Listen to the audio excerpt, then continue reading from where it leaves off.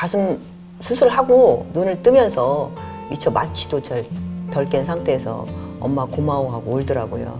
마음 아프고 한편으로 얘가 정말 간절히 원했구나.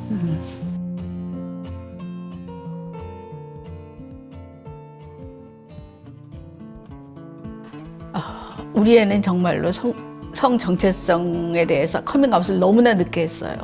35. 사실 맨날 나이도 헷갈리지만 35쯤 했을 거예요.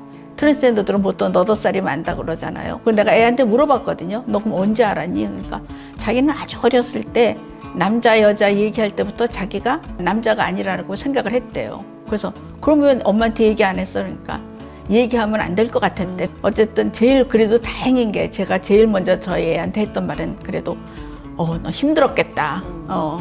그러면서도 얘를 어떻게 도와줘야지 그냥 막연하기만 했고 구체적으로 제가 너무 일을 아무것도 안 했던 게 지금 보면 제일 미안하죠. 나비님은 어떠셨어요? 저는 저희 아이가 어렸을 때부터 뭐 여자를 좋아하는 걸 처음에는 좀 진한 자매 정도였나라고 생각하다가 점점 얘가 레즈비언일 수도 있겠구나라고 생각을 했었고, 재작년쯤에 얘가 성소자 부모를 같이 나오자고 했고, 내가 그날 돌아가는 길에 엄마가 정확히 말하면 난 레즈비언이 아니야. 그래서 그럼 뭔데? 그랬더니 좀 복잡해 라고 얘기를 하더니 본인이 바이젠더, 팬로맨틱, 에이섹슈얼이다 라고 하면서 또 본인 트랜스젠더라고 얘기를 했었어요. 제가 모르는 세상의 얘기여서 제가 알고 있는 트랜스젠더하고도 좀 다른 것 같고, 그렇죠. 그 얘기를 이렇게 흘려 들었죠. 몇 달 후에 수술을 하고 싶다라고 얘기했을 때 그때 처음으로 트랜스젠더라는 것이 저한테 와 닿았어요. 머릿속이 막 복잡해서 네가 진짜 트랜스젠더 맞아?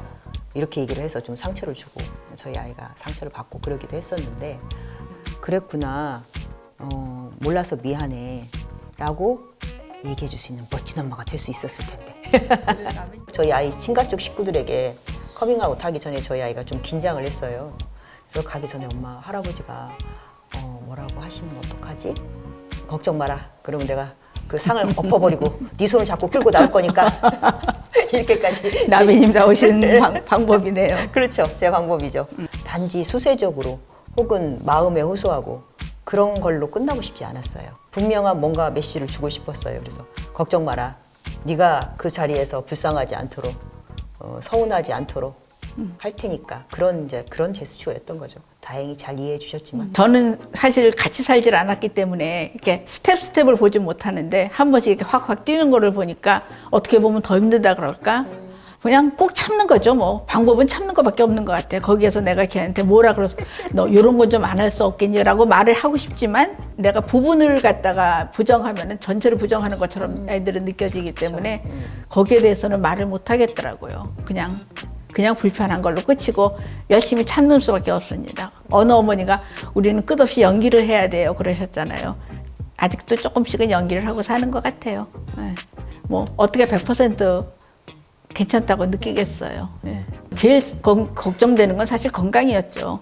그런데 다행히도 우리 애는 현재 수술은 안 하고 호르몬 치료만 하고 있어요. 처음에야 확 좋아지지만 그다음부터는 좋아지는 게 아주 적으니까 본인이 그것도 또 짜증을 내더라고요. 뭐 머릿결이 안 좋다는, 아니 이렇게 했는데 별로 얼굴이 안 바뀐다는 둥 이런 얘기를 해서, 그러니까 저는 이제 그 김에 잘 됐다 그러고 그럼 호르몬 치료도 안 하면 어떻겠니? 이제 그랬더니 그런 소리 하지 말라고.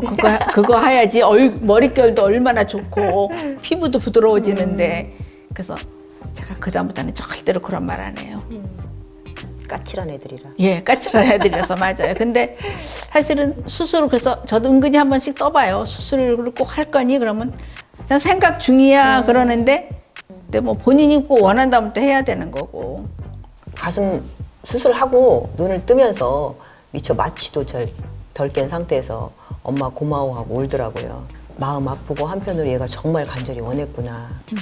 사람들이 뭐 가게 같은 데서 아드님하고 되게 엄마하고 보기 좋다 이렇게 너무나 자연스럽게 얘기를 하니까 다행스럽고 좀 편하긴 하겠구나 그런 생각이 들긴 하죠. 저희 아이 같은 경우도 수술하고 이제 어떤 부작용 같은 걸 사전에 조금 생각을 했지만 뭐 그거 부작용을 생각한다고 해서 안 할 것도 아니고, 맞아요.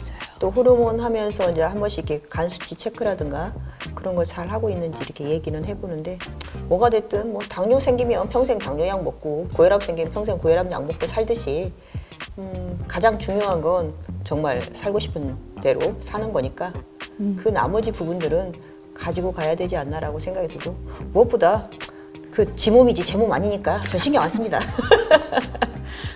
우리끼리 잘 맞습니다. 먹고 잘 살고 있잖아요. 맞아요. 제가 그랬잖아요. 어제도.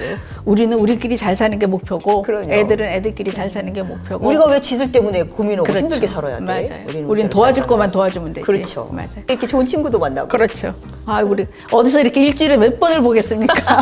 지금 몇 친구보다 더 번째? 자주 만나요. 그리고 무슨 말이 있는지 다 하고. 그렇죠. 예, 그런 친구 찾기가 쉽지가 않죠.